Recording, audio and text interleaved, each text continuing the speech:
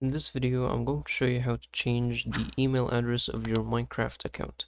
So let's open up a browser and then let's go to Microsoft.com, since all Minecraft accounts are actually Microsoft accounts. And then click on the top right, and then over here just sign in with the account that you usually sign in for Minecraft. And once you're done signing in, you can now click over here at the top right again, and then click on View Account. And that will take you to the main account page.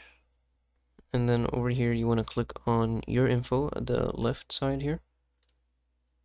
And over here, you'll see all your information, your email address as well. So just click on Edit Account Info. And then over here, you'll see your primary email. This is going to be the email that you're using for Minecraft. Just click on Remove and then click on Add Email over here to add a new email and then set it as primary. And that will be your new Minecraft account email address. And that's about it for this video. If you found it helpful, please don't forget to like and subscribe.